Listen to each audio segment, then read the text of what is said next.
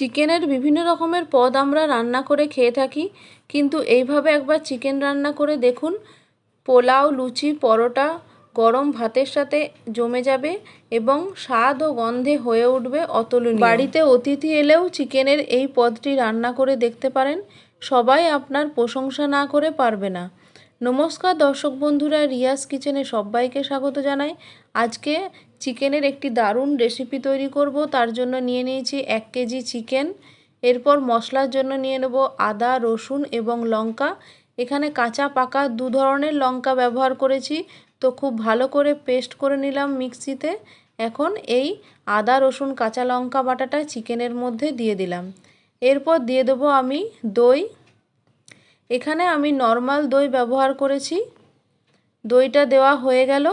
এরপর দিলাম দুটো মাঝারি সাইজের টমেটো। দইটা এখানে টক নয়, তাই দুটো টমেটো। যদি টক দই হয় তাহলে একটা টমেটো দিতে পারেন, অথবা টমেটো নাও দিতে পারেন।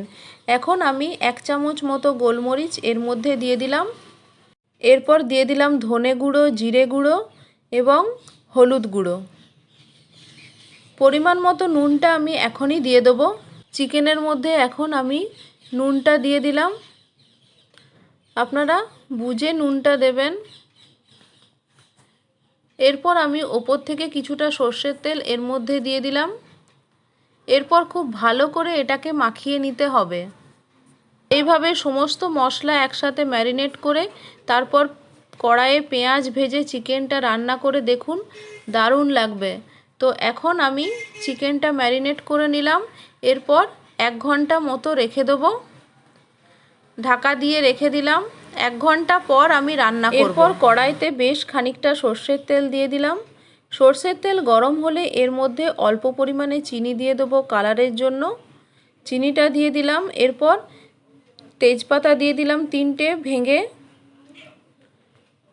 এরপর আমি এর মধ্যে দিয়ে দেবো গোটা গরম মশলা। গরম মশলার মধ্যে ছিল দারুচিনি, এলাচ এবং লবঙ্গ।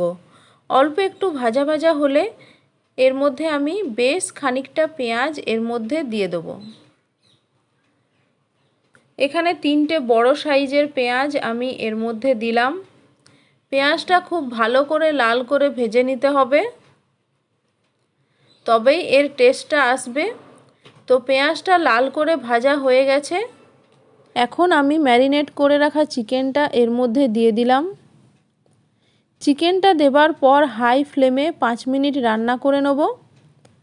যে সমস্ত দর্শক বন্ধুরা এখনও আমার চ্যানেলটিকে সাবস্ক্রাইব করেননি, তাদের কাছে চ্যানেলটিকে সাবস্ক্রাইব করার অনুরোধ রইল। প্লিজ আপনারা ভিডিওগুলো স্কিপ না করে দেখুন এবং লাইক, শেয়ার এবং কমেন্টস করবেন। ফেসবুকের বন্ধুরা পেজটিকে ফলো করে দেবেন। এখন আমি ঢাকা দিয়ে মিনিট 10 মতো রান্না করে নেব কম আঁচে, যাতে এর থেকে জলটা বেরিয়ে আসে। তো দেখুন চিকেন থেকে জলটা বেরিয়ে এসছে। এই পর্যায়ে আমি ছোট সাইজের আলুগুলো এর মধ্যে দিয়ে দিলাম। মাংস এবং আলু খুব ভালো করে কষিয়ে নেব, একদম শুকনো শুকনো করে, যতক্ষণ না পর্যন্ত তেলটা বেরিয়ে আসে। এখন আমি ঢাকা দিয়ে 10 মিনিট রান্না করে নিলাম, যাতে আলু এবং মাংসটা পুরোপুরি সেদ্ধ হয়ে যায়। এরপর মাংসটা এখন শুকনো করে কষিয়ে নিলেই হবে জোর আঁচে। এখন আমি তাই মাংস এবং আলু একদম শুকনো শুকনো করে কষিয়ে নেব। মাংস এবং আলু একদম শুকনো করে কষানো হয়ে গেছে। এরপর আমি এর মধ্যে জল দিয়ে দেবো। বেশি জল দেবো না, কারণ সেদ্ধ হয়ে গেছে সব কিছু, তাই অল্প একটু জল দিয়ে দিলাম। এরপর 5 মিনিট ফুটিয়ে নিলেই রান্নাটা তৈরি হয়ে যাবে। এখন আমি ওপর থেকে হাফ চামচ মতো গরম মশলা দিয়ে দিলাম। তারপর 10 মিনিট ঢাকা দিয়ে রেখে দেবো। তাহলেই তৈরি হয়ে যাবে চিকেনের এই দুর্দান্ত রেসিপিটি। ভিডিওটি ভালো লাগলে লাইক, শেয়ার এবং সাবস্ক্রাইব করতে ভুলবেন না। অবশ্যই কমেন্টসে লিখে জানাবেন কেমন হয়েছে। ফেসবুকে দর্শক বন্ধুরা প্লিজ আপনারা স্কিপ না করে ভিডিওগুলো দেখবেন এবং অবশ্যই পেজটিকে ফলো করার অনুরোধ রইল। ভালো লাগলে একটা লাইক করে দেবেন। আবার অন্য একটা রেসিপি নিয়ে আপনাদের সামনে চলে আসব। আপনারা সবাই ভালো থাকবেন, সুস্থ থাকবেন এবং অবশ্যই এই চিকেনের রেসিপিটি বাড়িতে একবার ট্রাই করে দেখবেন।